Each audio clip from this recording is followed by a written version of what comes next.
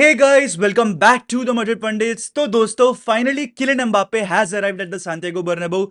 Kylian Mbappe has arrived at Real Madrid दोस्तों। और तुम लोगों को भी समझना चाहिए ना, बंदा एक कछुआ है और कछुए को आने में वक्त लगता है, तो तुमको थोड़ा सा पेशेंस रखना चाहिए था। बट चलो, जो भी ऐसा हो गया, एम्बापे हैज अराइव्ड। और जिस तरीके से बंदे ने बहुत प्यारी ब्रेस स्कोर करी है भाई, कल के रात में उठने और 1 बजे मैच देखने के पूरे पूरे पैसे वसूल हुए हैं भाई। Because finally we were waiting for this moment, और ये मोमेंट आ चुका है दोस्तों। कल के मैच के बारे में पूरी इन डेप्थ तो बात करेंगे दोस्तों, लेकिन अगर आपने अब तक मैड्रिड पंडित्स को सब्सक्राइब नहीं किया तो किस बात की देरी है, फटाफट से सब्सक्राइब कर दो इस चैनल को, और फटाफट से इस वीडियो को लाइक करना और एंड तक जरूर देखना। बहुत सारे पॉजिटिव्स है इस मैच में से जिसके बारे में बात करेंगे, लेकिन एक दो नेगेटिव्स भी हैं जिनके बारे में एंड में बात करेंगे। फर्स्ट हाफ की अगर मैं प्राइमरीली बात करूं ना, I saw some changes from the performances in the past 3 games. बहुत चेंजेस देखे मैंने। पहली बात तो 3 सब्स्टिट्यूशंस करे रियल मैड्रिड ने। डैनी कार्वाहल को लेकर आ गई वापस इस मैच में, डैनी सेबायोस को लेकर आ गई इन दिस मैच, एंड साथ ही साथ रोड्रिगो वापस आ गया in the starting lineup. And कल के मैच में अगर ध्यान से देखें ना, तो it was looking like a 4-3-3। Valverde थोड़ा सा एडवांस होकर खेल रहे थे, पर ओवरऑल ये 4-3-3 ही लग रही थी। और मैं चाहता हूं कि भाई डैनी सेबायोस को थोड़े से और मौके मिले, बिकॉज बंदा हकदार है उन मौकों का। सबसे पहले बात करते हैं डिफेंस के बारे में, और in the first half exactly क्या हुआ। फर्स्ट हाफ में अप्रोच काफी डिफरेंट थी from what real Madrid were doing in the past 3 games.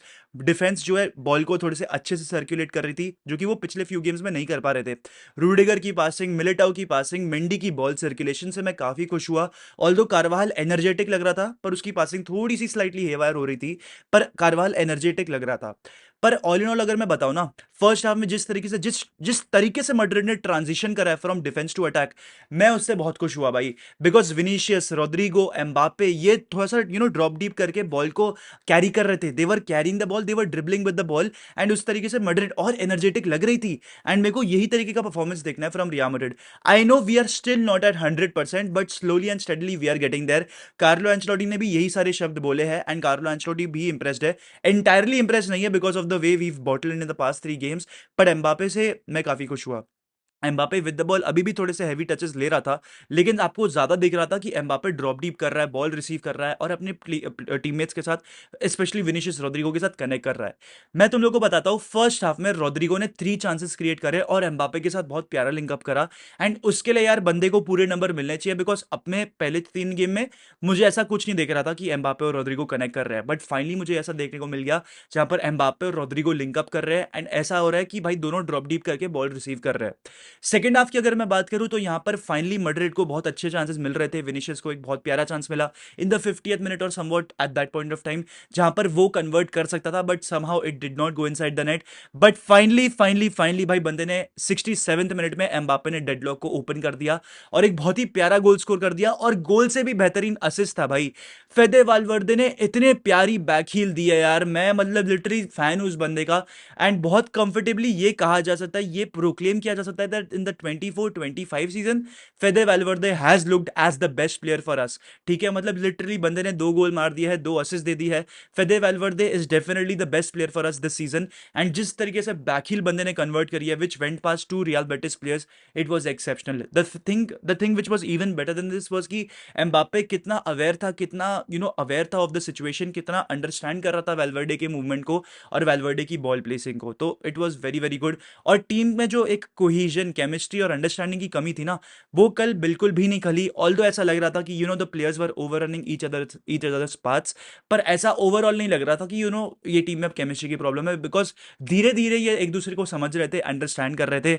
Tchouameni की परफॉर्मेंस की बात करूं तो I was very happy with Tchouameni's performance. जिस तरीके से बंदे ने बॉल को रिसाइकल करा है, सेकंड डुएल्स जीते हैं, एरियल डुएल्स जीते हैं, और 93% पासिंग एक्यूरेसी रखी है। बंदे ने बहुत सारे लॉन्ग बॉल्स भी कन्वर्ट करे हैं टू हिज फेलो प्लेयर्स। तो चुआमेनी से भी एक बहुत सॉलिड परफॉर्मेंस लगी, ही held his ground very well, और डुएल्स भी काफी अच्छी तरीके से जीती है।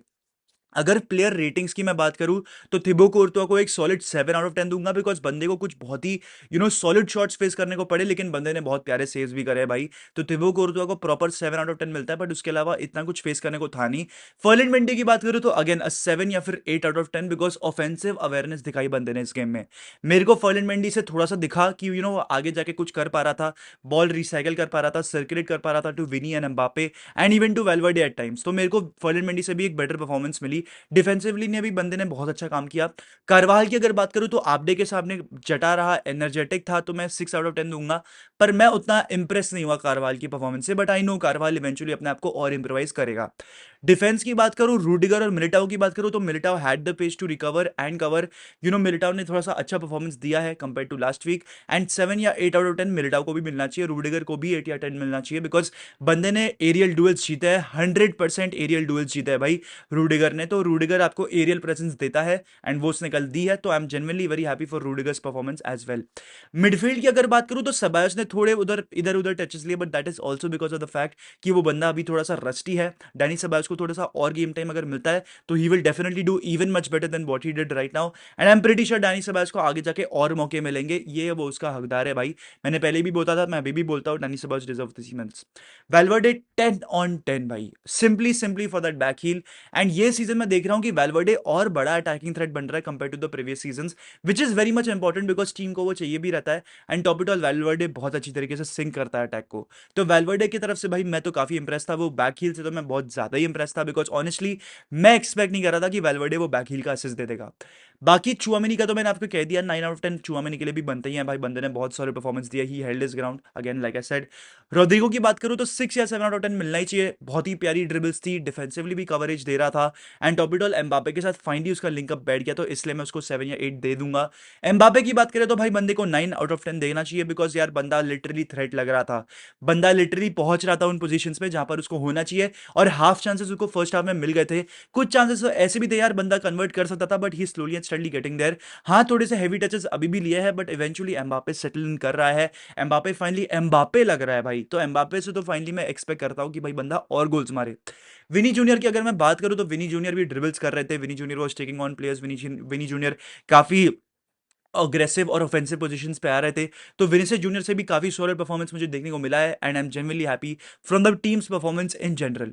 यहां से मैं ये देखता हूं कि आपको जो अब इंटरनेशनल ब्रेक आएगा और 15 सितंबर को हम रियल सोसिएडाड को फेस करेंगे, वहां पर ये फॉर्म रिलैप्स नहीं होना चाहिए, वहां पर रियल मैड्रिड लगनी चाहिए, और इनफैक्ट यहां से भी और बेटर लगनी चाहिए रियल सोसिएडाड पे।